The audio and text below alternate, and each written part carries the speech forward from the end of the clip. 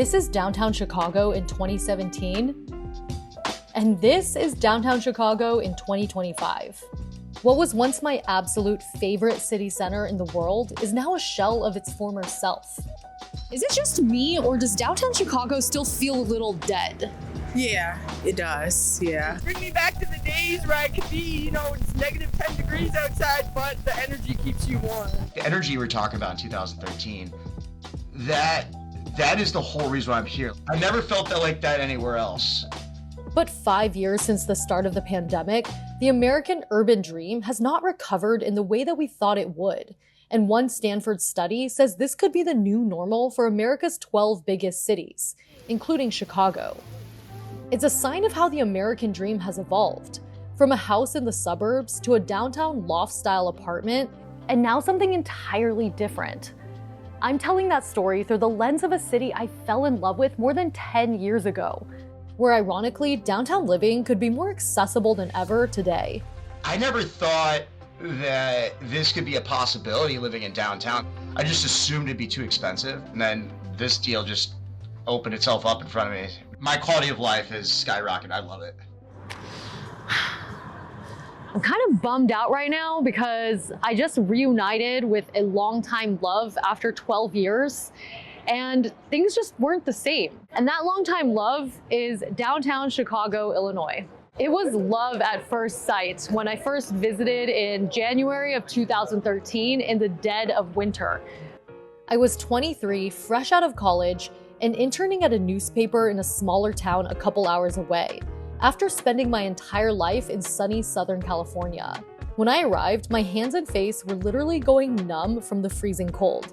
But I was instantly obsessed with the energy of downtown Chicago, the heart of which is this area, called the Loop. It's Chicago's central business district. Downtown can also include all of this area, or all of this area, depending on who you ask. The city of Chicago also comprises many neighborhoods like these, but I spent most of my time in and around downtown. And I wanted to move here. For a long time, I always referred to Chicago as my favorite city in the world. This was in the 2010s, when downtown life in America's biggest cities was peak glamour. The Loop was Chicago's fastest growing neighborhood in the 2010s, its population increasing by 44%. Throughout my 20s, living downtown felt aspirational. It's where you went to become somebody and to feel like part of something. Downtown seemed to promise all the things that most 20-somethings are looking for: success, romance, friendship, and fun. So how did we get to where we are now? Well, it really helps to take a look back at how cities have fallen in and out of favor in the last several decades. Downtown economies have been on the up and up since I was born, on the cusp of 1990. City living was starting to become cool again, and Americans were migrating back into the urban core from the suburbs. In the 90s, Chicago's population finally began growing again, after declining every decade since the 1950s.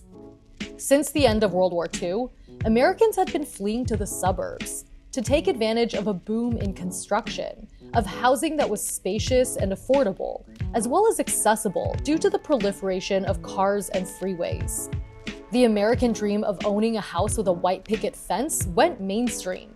Soon, manufacturing plants and offices relocated to the suburbs as well.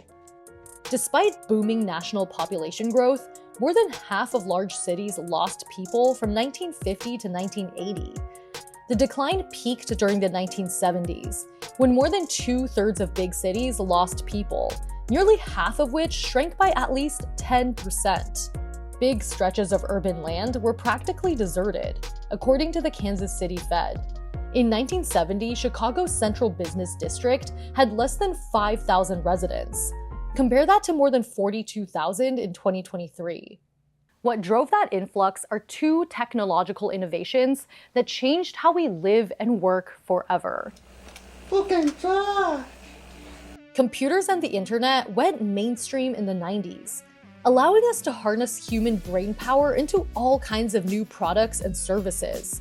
From software to data analysis to content creation. That transformed the US from an industrial to a knowledge economy. which thrives on humans in different industries clustering together to share information and ideas. Cities became pulsing hubs of new startups, jobs, innovations, wealth creation, and relationships, buzzing with the feeling that anything is possible. And downtown was the center of the action. For me, downtown Chicago was the epitome of this vibe. What I saw in 2025 during my stay in the Loop, the heart of downtown, felt like the abrupt end of an era, and perhaps the beginning of a new one. I mean, all these people must have gone somewhere. I arrived on a Saturday afternoon, and all day and night, the streets were pretty much dead. Even in the most popular touristy areas, like the Chicago Riverwalk, where shops were all boarded up. And the ground floor of so many buildings was empty.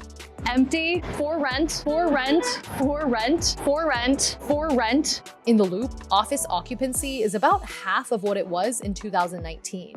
I think after everything, the pandemic and stuff, things were just really like low. It feels kind of sad, you know. I feel like it's starting to pick up now a little bit. In the winter though, it's absolutely dead. When I used to go out pre-pandemic, it's like I would find new friends every weekend. So you'd go out to a bar, you'd go out, just wander the streets, and you'd almost run into people and be like, we're gonna go out tonight, I don't know you, but let's team up and hang out at the bar, let's go to a club, let's go do this. And I feel like now, there's a shift from that. People aren't as open as they were before that culture isn't there. This is the new normal for America's 12 largest cities, according to a new Stanford University study that reviewed data on all these different things. And it's a sign of how the American dream, in terms of how we live and work, has permanently evolved. The study says its findings contradict widespread perceptions that downtown economies have bounced back to pre-pandemic health. That is true for most downtown economies, but definitely not for the 12 largest in the US, where hybrid and remote work have dispersed economic activity away from the city center.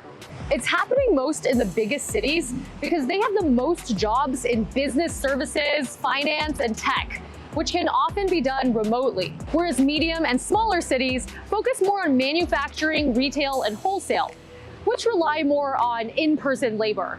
Also in smaller cities, there's not as much of a difference between downtown and suburban rents, so there's not as much of an incentive to move.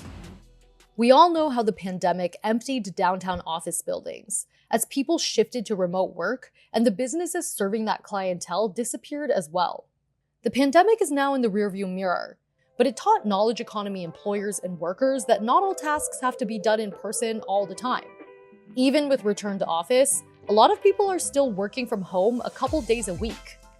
As a result, a lot of people left downtown in search of more space and affordability in surrounding neighborhoods or suburbs, and aren't coming back. The Stanford study calls this hollowing out of downtown cores the donut effect, and it's here to stay. Chicago's most popular neighborhoods include places like Lincoln Park, Wicker Park, and Lakeview. They're still part of the city of Chicago, but outside downtown.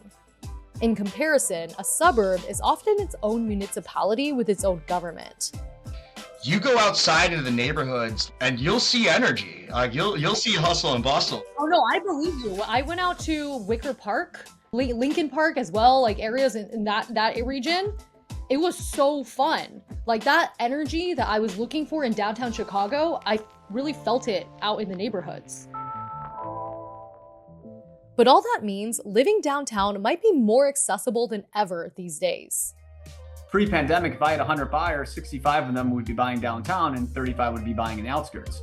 Today, with 100 buyers, 95 are buying in the outskirts, 5 are buying downtown. So the downtown markets, it's probably, this is your 2011 moment, I tell people. Oh, wow. Because it's so cheap. This is the cheapest it's ever gonna get. So right now, $500,000 gets you a 2-bed, 2-bath with parking and a unit washer dryer in a relatively newer building in River North, okay? That same place would trade for maybe $650 or more, before the pandemic, so in 2019. Moving downtown paid off for Brian Orozco. He's a lawyer who relocated to Chicago from San Diego, California in 2009. He's always lived in neighborhoods like Lakeview and Lincoln Park because they were more affordable than downtown. I found an amazing deal on rent at my current apartment, which is why I ended up in downtown. The best decision I've ever made in terms of housing was to move here. Orozco took over someone's COVID-era lease in 2024. He now pays $1,600 a month for a one-bedroom apartment in the iconic Marina Towers in downtown Chicago, overlooking the Riverwalk. You know, anywhere I want to go in the city, it's equidistant from where I'm at. A 10-minute walk from work. I can't stop saying positive things about living in this apartment. I fucking love it. It's awesome. I get to live here. I get to have this. It's absolutely amazing. Downtown may be less lively today, but it's a sign that we have more options now, post-pandemic. You can live downtown, in a neighborhood, in a suburb, or pursue a fully remote digital nomad life. There's less cultural expectation and pressure to follow a certain path. I think the new American dream is about flexibility, the freedom to choose the life that best suits you. So maybe the emptier streets of what was once my favorite downtown in the world aren't so sad after all.